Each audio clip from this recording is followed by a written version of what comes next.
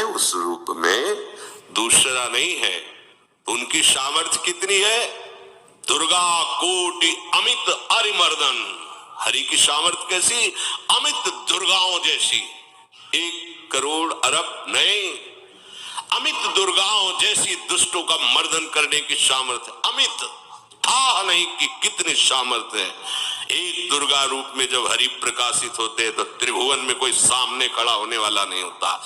मां भवानी जिस समय अपने स्वरूप में आती, किसी की ताकत नहीं है। ये शुंभ निशुंभ इतने बलवान दैत्य थे, त्रिभुवन में कोई इनका बाल बांका भी नहीं कर सकता था। स्मरण किया समस्त देवताओं ने तो भगवान से ही शक्ति का प्रादुर्भाव हुआ। इतना सुंदर रूप मां भगवती का। शुंभ निशुंभ के पार्षद घूमते रहते थे, उन्होंने देखा, जाके बताया कि आपके महल में जितनी सुंदरियां उसकी दासी बनने योग्य भी नहीं, ऐसी सुंदरी का हमने दर्शन किया। बोले मेरा जाके परिचय बताओ। बोले ऐसा नहीं लगता कि आपके परिचय बताने से केवल आ जाएंगे। तो उनका अगर ऐसा नहीं तो केश कर्षण निर्धूता गौरवा मां गरिष्यति, उसके गौरव को धूल में मिलाते हुए बाल पकड़कर घसीट कर हमारे पास लाओ। मार्कंडेयपुरा उनके पार्षद गए और बताया हमारे मालिक शुंभ निशुंभ है, उनका आदेश है कि आप महल में चलो और आदर सहित, अगर आप ऐसा ना करते हैं तो मैं आपका निरादर करते हुए बाल पकड़कर घसीटते हुए ले जाऊंगा। देवी जी ने मुस्कुरा दिया और कहा अपने मालिक से कह दो जाकर के कि हम उसी की आज्ञा पालन करती जो हम पर युद्ध में विजय प्राप्त कर ले। वो जाके बोले हाँ वो तो मतवाले, त्रिभुवन में कोई जोड़ ही नहीं था। आए और उद्दंडता पूर्वक वचन बोलने लगे। माता जी ने कहा तब तक बोल ले जब तक मैं मधु का पान कर रही हूं। बस ये पान करते ही तेरी जीवन लीला समाप्त हो जाएगी। ऐसा ही हुआ। जो ही पान करके सिंह पर सवार होकर गर्जना की, सारा का सारा अहंकार धूल दूषित हो गया, काट के फेंक दिया। ऐसी अनंत अमित दुर्गाओं जैसी सामर्थ्य हमारे प्रभु श्री हरि में, अमित दुर्गाओं जैसी, क्योंकि अनंत शक्तियों के स्वामी हैं। उनकी लीला में क्यों में हो? अरे वो जब करुणा करते हैं, अपनी महिमा से उतरते हैं, तो भक्त जब ऐसे कर देता है तो डरप जाते हैं। माधवदास बाबा ने कहा नहीं चलना तुम्हें ब्रज में, हम तुम्हारी कहां तक सेवा देखेंगे, तुम्हें बाल भोग राजभोग। बाबा जी हैं, कभी मिला कभी यहीं रहो। वो बाबा आपके बिना नहीं रह सकते। दोबारा बोल नहीं पाए जगन्नाथ। ये सुन करके हृदय बलिहार होता है। ओ ऐसे सामर्थ्यशाली प्रभु अपने भक्त के प्रेम प्रणय पर भी कितना डरते हैं। ये भक्त नाच पड़ता है। ये कुतर्क की, संशय की वृत्ति यहां प्रवेश नहीं करती। दुर्गा कोटि अमित अरिमर्दन, अमित गिनती नहीं ऐसी अनंत दुर्गाओं जैसी शक्ति हमारे प्रभु में विराजमान है। शक्र कोटि सत सरिष विलासा, शक्र कोटि सत सरिष विलासा। आहा, अरबों इंद्र जैसा विलास प्रभु में। अरबों, एक इंद्र त्रिभुवनपति है, अरबों इंद्र के समान प्रभु का ऐश्वर्य है। और नवशत कोटि अमित अवकाशा, जिस एक आकाश के लिए गरुड़ जी से कह रहे हैं कि मच्छर से लेके आप तक उड़ते पार पाए, बोले ऐसे अरबों आकाश के समान अवकाश है प्रभु में। मरुत कोटि सत विपुल बल, रवि सत कोटि प्रकाश, शशि सत कोटि सुशीतल, समन सकल भवत्रास। आहा, अरबों अरबों पवन के समान महान बल है। अगर त्रिभुवन में कोई बल है तो पवन में बल है, वायु बल। बड़े बलवान देवता, बल में इनके समान कोई नहीं।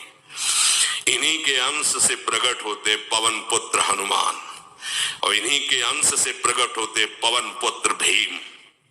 बेजोड़ बलशाली महात्मा, दोनों महात्मा बेजोड़ बलशाली। जेगिर चरण दे हनुमंता, चले उसका पाताल तुरंता। जिमि अमोघ रघुपति कर बाना, ये ही भांति चले हनु। किलकार दे तो राक्षसियों के गर्भ गिर जाते थे, ऐसे महान बली हनुमान जी। और भीम का क्या कहला है, जब ये देव पुष्प उड़ करके आया और द्रौपदी जी को दिया गया, तो द्रौपदी जी ने कहा इसका जोड़ होना चाहिए इस पुष्प का। सबसे कहा पर किसी ने नहीं सुना। भीम ने कहा कहीं भी मिलेगा मैं इससे लाएंगे। ऋषियों ने समझाया कि आगे मत बढ़ो, ये यक्षों की भूमि है, युद्ध हो जाएगा और तुम्हें तैयारी करनी है हस्तिनापुर के लिए, और तुम इधर, वो सब दिव्य हैं, पवन पुत्र हैं, किसकी मां ने अपने वेग को बढ़ाया। तो महाभारत में पढ़ के देख लो, इनके चलने के वेग से वृक्ष उखड़ उखड़ कर गिर रहे थे। ऐसे जब चल रहे थे तो चलने के वेग से वृक्ष उखड़ जाते थे भीम के। तो हनुमान जी ने सोचा किसी के समझाए तो समझेंगे नहीं, तो आगे पवन पुत्र ही बैठ गए, बूढ़े बानर का वेश लेकर, लंबी पूंछे से। मार्ग में मर्यादा है, किसी पशु को भी नहीं लांघना चाहिए। विवेकवान उपासक ऐसा नहीं कि कोई सो रहा है पशु भी आप उसे लांघ जाए, ऐसा नहीं है। जो विवेक है, जो मर्यादा है, वैसे किसी सोती हुई को लांघना नहीं चाहिए। उन्होंने कहा है वृद्ध बानर ये अपनी पूंछ हटा ले और मार्ग दे दे, इस समय मैं विशेष कार्य के लिए जा रहा हूं। तो उनका जब कह ही दिया है वृद्ध, तो आप समझ ही रहे होगे कि वृद्ध में क्या ताकत होती है। अब मेरी ताकत पूंछ हटाने की नहीं रह गई है, आपने तो वृद्ध ही कह दिया है, तो आप समझ रहे हो ना, आप पूंछ हटा लीजिए। कहा हमारी आज्ञा की अवहेलना करे, ऐसे उठी नहीं, दोनों हाथ लगाया, नहीं उठी, पूरी ताकत लगा दी। पवन पुत्र भीम की पूरी ताकत लग गई, पूंछ जरा से भी नहीं ली। हाथ जोड़ के खड़े बोले हम समझ गए हमारे बड़े भ्राता आप हनुमान जी हैं, क्योंकि ऐसा कोई बानर सृष्टि में पैदा नहीं हुआ कि मैं उसकी पूंछ ला हिला सकूं, मैं समझ गया। तो मुस्कुराए और बैठ के बोले हमारी आज्ञा मानो, इस मार्ग में मत जाओ, ये देव मार्ग है, ऐसे ऐसे सिद्ध है कि आपका अपराध बन जाएगा, आप शाप से युक्त हो जाएंगे, इसलिए मैं आपको मना। बोले प्रभु जब आप कृपा करके आए हो तो हमें वो रूप दिखा दो जो लंका में आपने रूप दिखाया। बोले मत उस बात की चर्चा करो, रहने दो। बोले प्रभु एक बार देखना चाहता हूं कि मेरा बड़ा भाई कितना बलवान है। हनुमान जी ने कहा फिर देख लो। कनक भूधरा कार शरीरा, समर भयंकर अति बल। कांप गए भीम जी, हाथ जोड़ बोले भैया स्वर्णिम कांति, वो भयानक उनका रुद्र रूप, कांप गए भीम, कांप गए। तो वायु में अगर बल में देखा जाए तो सबसे ज्यादा वायु बलवान है। भगवान कैसे है, मरुत कोटि सत विपुल बल, अरबों वायु जैसी महान ताकत हमारे प्रभु में है, संशय नहीं।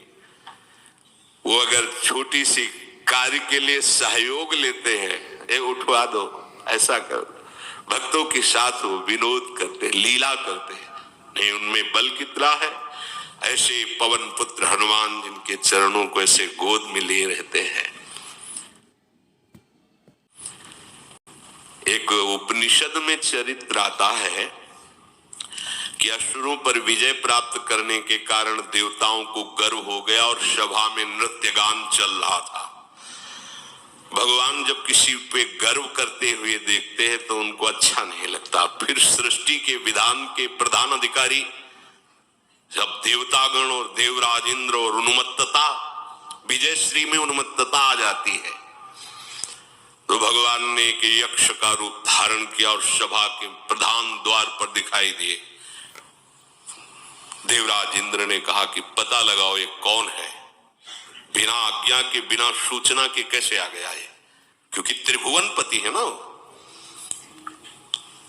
अग्नि देवता ने कहा मैं जाता हूं, पता लगा के आता हूं, क्योंकि किसी बलवान का परिचय पूछने के लिए निर्बल को नहीं भेजा जाता। अग्निदेव गए और कहा आप अपना परिचय दीजिए। कौन हो और यहां कैसे आए हो।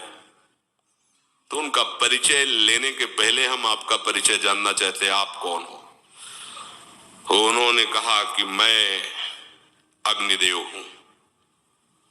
सामर्थ आपकी, त्रिभुवन को उपले की तरह भस्म कर सकता हूं।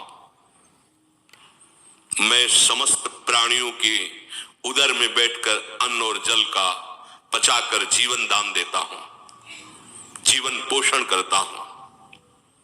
अच्छा, एक दिन का फेंका, हम तुम्हारी बात तभी प्रमाणित, ये उपनिषद की बात, हम तुम्हारी बात तभी प्रमाणित मानेंगे जब तुम इस तिनके को जला दोगे।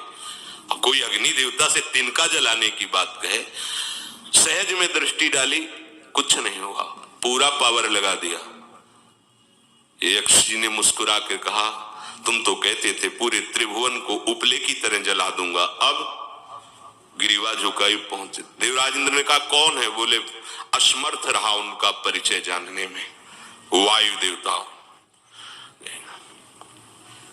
आप अपना परिचय बताइए। आप अपना परिचय जो आए हो तो हमें पहले बताओ, तब हम अपना परिचय दें। तो उनका मैं महान देव वायु हूं।